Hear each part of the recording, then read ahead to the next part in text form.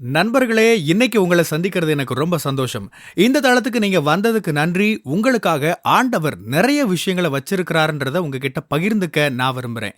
இன்னைக்கு உங்க கூட நான் பேச வேண்டிய விஷயத்துக்குள்ள போறதுக்கு முன்னாடி சில விஷயங்களை சொல்லிக்க விரும்புறேன். நீங்க ஜான் கிஃப்டா அப்படின்ற என்னோட இன்ஸ்டாகிராம், ஃபேஸ்புக், யூடியூப் மூலமா என்னை ஃபாலோ பண்ணி என்னோட பதிவுகளை நீங்க பெறலாம். தினமும் என்னோட பாட்காஸ்ட் நீங்க கேட்கலாம். ஆண்டவரோட கிருபையில அதெல்லாம் நல்ல கிரியை செய்து வர்றதை நான் பார்க்குறேன். நீங்களும் அதை தினமும் கேளுங்க. நிச்சயமா அது உங்களுக்கு ஒரு பெரிய ஆசீர்வாதமா இருக்கும்னு என்னால சொல்ல முடியும்.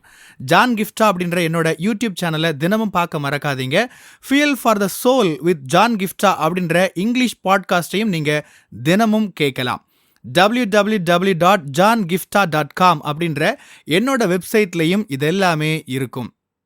உங்களை வேறு பிரிக்கிற அனுகூலத்தை பற்றி உங்ககிட்ட இன்னைக்கு பேச விரும்புகிறேன்.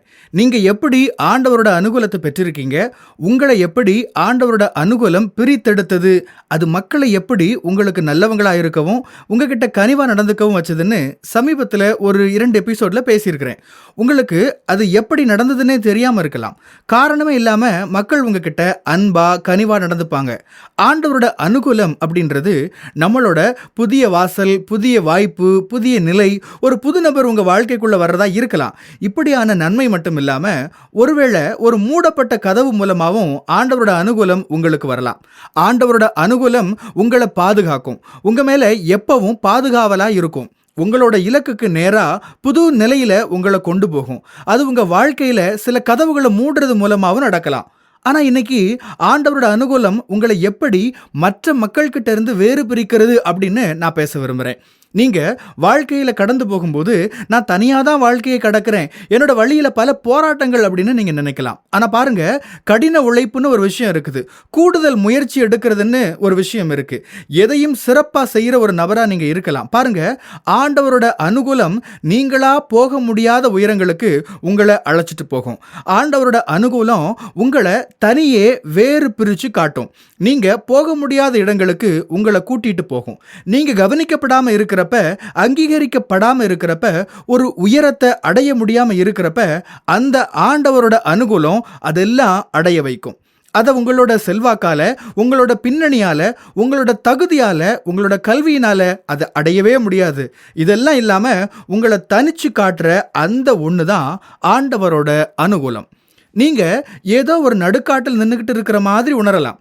கோடியில நானும் ஒரு ஆளு அப்படின்னு நீங்க நினைக்கலாம். ஹே ஜான், நான் ஒன்றும் முதலிடத்துல இல்லை, சிறப்பான இடத்துல இல்லை, படிப்பில் நான் முதலிடத்துல இல்லை, பொருளாதாரத்தில் சிறப்பான இடத்துல இல்லை, எதுலையும் நான் உச்சத்தில் இல்லை அப்படின்னு நீங்கள் ஒருவேளை சொல்லலாம். ஆனால் எனக்கு அருமையான தேவஜனங்களே, இந்த உலகத்தோட பார்வையில் நீங்கள் சிறப்பானவங்களா இல்லாமல் இருந்தாலும் கூட ஆண்டவரோட அனுகூலம் உங்களை வேறு பிரித்து காட்டும். அடிக்கடி நிறைய பேர் இதை சொல்கிறத கேட்டிருக்கிறேன். குறிப்பாக என்னோட சகோதரன் இதை சொல்லுவான், நீ அவங்கள ஜெயிக்க முடியலைனாலும் பரவாயில்ல, வேற மாதிரி இரு அப்படின்னு. நீங்கள் விரும்புகிற மாதிரி உயரத்தில் எப்போவுமே இருக்க முடியாது. ஜான், நான் படிப்பில் ஃபர்ஸ்ட் கிடையாது, என்னோட பின்னணி பெரிய அளவில் இல்லை, பொருளாதார அளவில் நான் உறுதியாக இல்லை, மற்றவங்க கிட்ட இருக்கிற மாதிரி சிறப்பான விஷயங்கள் என்கிட்ட இல்லைன்னு ஒருவேளை நீங்கள் சொல்லலாம். எல்லாம் சரிதான், இருக்கட்டும். உங்களை நீங்கள் ஆண்டவருக்கு அர்ப்பணிக்கிறப்ப உங்களோட கல்வி, உங்களோட பின்னணி, உங்களோட பொருளாதாரம் உங்களை கொண்டு போக முடியாத உயரத்துக்கு உங்களை ஆண்டவரோட அனுகூலம் கொண்டு போகும். அதைத்தான் நீங்கள் புரிஞ்சுக்கணும்னு நான் விரும்புகிறேன்.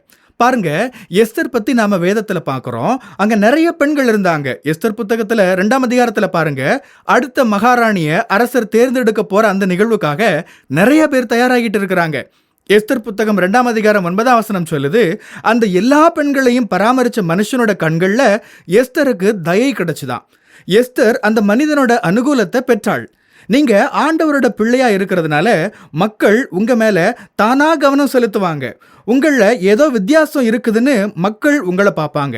நீங்க ஒருவேளை கூட்டத்தில் ஒரு ஆளா, 1000ல் ஒருவரா, 1,00,000ல் ஒருவரா உங்களை நினைச்சுக்கலாம். ஆனா உங்ககிட்ட விசேஷமா ஒன்று இருக்கு. உலகத்தோட பார்வையில நீங்க சிறந்ததுல சிறந்த ஒரு நபரா இல்லாம இருக்கலாம். மற்ற மக்கள்கிட்ட இருக்கிற மாதிரி உங்ககிட்ட பொருளாதார ஸ்திரத்தன்மை இல்லாம இருக்கலாம். ஆனா உங்ககிட்ட ஆண்டவரோட அனுகூலம் இருக்குது.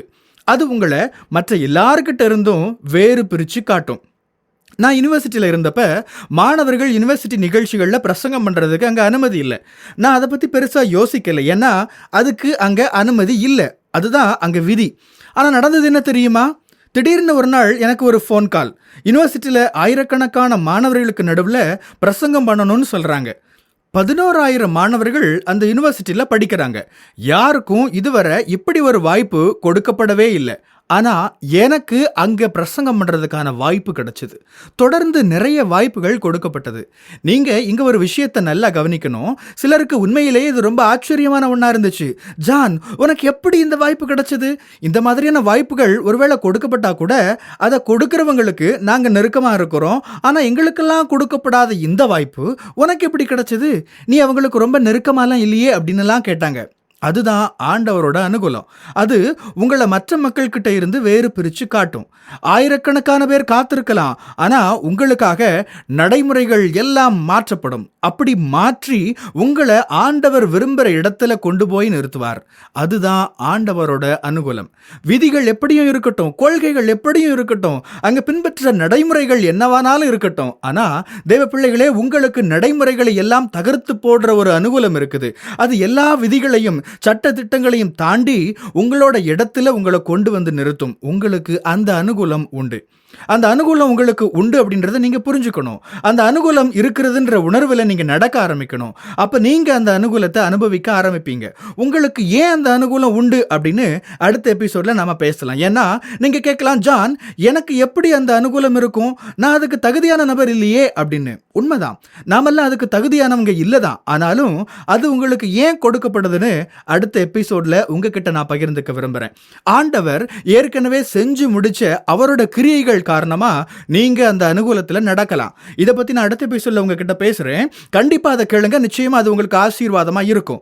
உங்களை தனிச்சு காட்டுற, வேறு பிரிச்சு காட்டுற அனுகூலம் உங்களுக்கு உண்டு அப்படின்ற இந்த செய்தியோட இன்னைக்கு நான் முடிக்க விரும்புறேன். மக்களை உங்க பக்கமா ஈர்க்கிற அந்த அனுகூலத்தை நீங்க பெற்றுக்கொள்ளுங்க. என்ன நடக்குதுன்னு உங்களுக்கு கூட வெளிப்படையா தெரியாம இருக்கலாம். கூட்டத்துல ஒருத்தரா உங்களை நீங்க நினைக்கலாம். ஆனா உங்களை வேறு பிரிச்சு காட்டுற ஒரு விஷயம் உங்களுக்கு இருக்கு. அதுதான் ஆண்டவரோட அனுகூலம். உங்க வாழ்க்கையில ஆண்டவரோட அனுகூலம் இருக்குதுன்ற விழிப்புணர்வோட நடங்க. ஆண்டவர் உங்களை ஆசீர்வதிப்பாராக.